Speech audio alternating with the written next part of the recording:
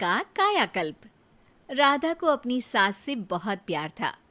Mummy जी, आपकी साड़ी कितनी प्यारी लग रही है।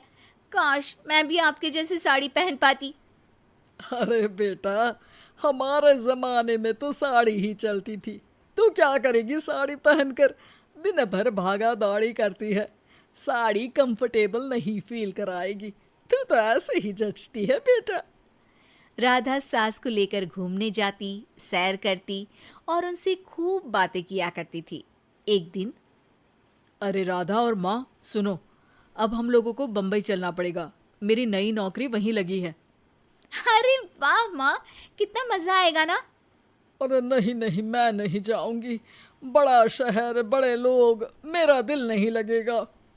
अरे माँ, मैं हूं ना आपके साथ। और सारा परिवार बड़े शहर में शिफ्ट हो जाता है। एक दिन, राधा, तू भी अब नौकरी में जाने लगी है। मैं तो बोर हो जाती हूँ। सोच रही हूँ आसपास की औरतों से दोस्ती कर लूँ। हाँ हाँ माँ, और क्या, यहाँ की औरतें तो किटी पार्टी और बहुत सी फन लविंग एक्टिविटी करती हैं। तो बेटा, दो चार फन लविंग से मुझे भी मिलवा देना। बहू सास के साथ बाहर निकलती है तो देखती है कि सास की उम्र की जो औरतें टहल रही हैं, उनका पहनावा ओढ़ावा सास से बिल्कुल अलग है। लेकिन फिर भी राधा एक औरत को रोकती है। Hello aunty, how are you? Oh great darling.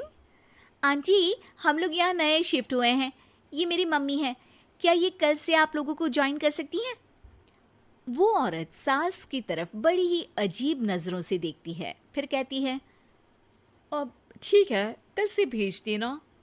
सास समझ जाती है कि उस औरत को वो ठीक नहीं लगी, लेकिन फिर भी वो कुछ नहीं बोलती। अगले दिन, अरे माँ, अच्छी सी साड़ी पहनकर तैयार होकर जाइए।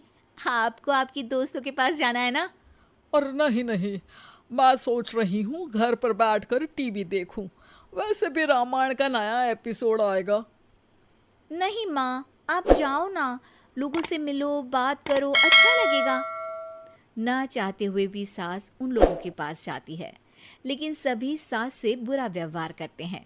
सास मुंह लटकाकर घर आ जाती है। बहू समझ जाती है कि सास को कुछ हुआ है। वो रोज सास को पार्क में भेजती, लेकिन सास रोज मुंह लटकाकर वापस आ जाती। क्या हुआ माँ, आप बाहर जाकर खुश नहीं होती हैं? अरे बेटा, खुश तो हूँ, लेकिन क्या माँ, आपको तो लोगों से मिलना, बातें करना अच्छा लगता था। मैं देख रही हूँ कि आजकल आप बाहर से आती हैं तो परेशान सी दिखती हैं। सास कुछ नहीं कहती, अपने कमरे में चली जाती है। अगले दिन राधा चुपके से सास के पीछे पार्क में जाती है।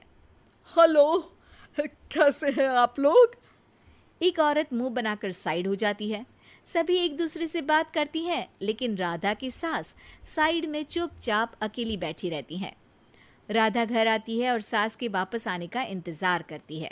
सास मुंह लटकाकर घर आती है। अरे मम्मी जी, तब से इंतजार कर रही हूँ, जल्दी तैयार हो जाइए, मार्केट जाना है। राधा सास को लेकर बाजार जाती है और उन्हें कुछ मॉडर्न कपड़े दिलाती है। अगले दिन सास उन कपड़ों को पहनकर पार्क में जाती है। Oh my God, you are looking gorgeous. Beautiful top, कहाँ से लिया?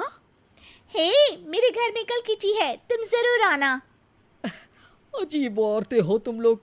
मैं रोज आती थी, तब तो तुम लोग सीधे मुंह बात भी नहीं करती थी। आज इन कपड़ों को देखकर तुम मुझे घर बुला रही हो। लेकिन सुनो, अब मुझे तुम लोगों से कोई बात नहीं करनी और ना ही दोस्ती करनी है। अरे तुम तो बुरा मान गई। वैसे दोस्ती नहीं करनी थी तो ये कायाकल्प क्यों किया? ये मेरी बहू ने किया है। मैं यहाँ सिर्फ ये देखने के लिए आई थी कि तुमको मुझसे समस्या है या मेरे कपड़ों से। कपड़े तो बदले जा सकते हैं। अच्छा चलो, जो भी हो, अब हम लोग तुम्हें अपने साथ रखने को तैयार हैं। लेकिन अब मुझे तुम लोग नहीं पसंद। ये बोलकर राधा की सास वहां से चली जाती है। वाह माँ जी, आज तो आपका चेहरा खिला खिला सा लग रहा है। लगता है आपकी सहेलियों ने आपको अपना लिया। हाँ, वो तो अपनाना ही था। दिखावे वाली जो है वो, मेरे कपड़े बदलते ही उनका दिल बदल गया। लेकिन आज मैं उन्हें मना कर आई, अरे क्यों माँ जी? क्योंकि उन लोगों को मुझसे नहीं मेरे कपड़ों से दोस्ती करनी थी। वैसे मेरे पास तो तू है ना, मेरी प्यारी बहू, मुझे किसी की जरूरत नहीं है। अरे नहीं नहीं माँ जी, आप ऐसा क्यों सोच रही हैं? बेटा ये गलत भी तो नहीं है, जैसा देश वैसा भेष। क्यों?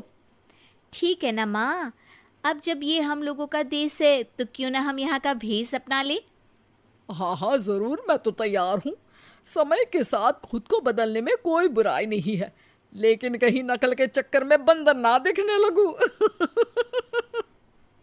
खैर, बहू लग जाती है सास की कायाकल्प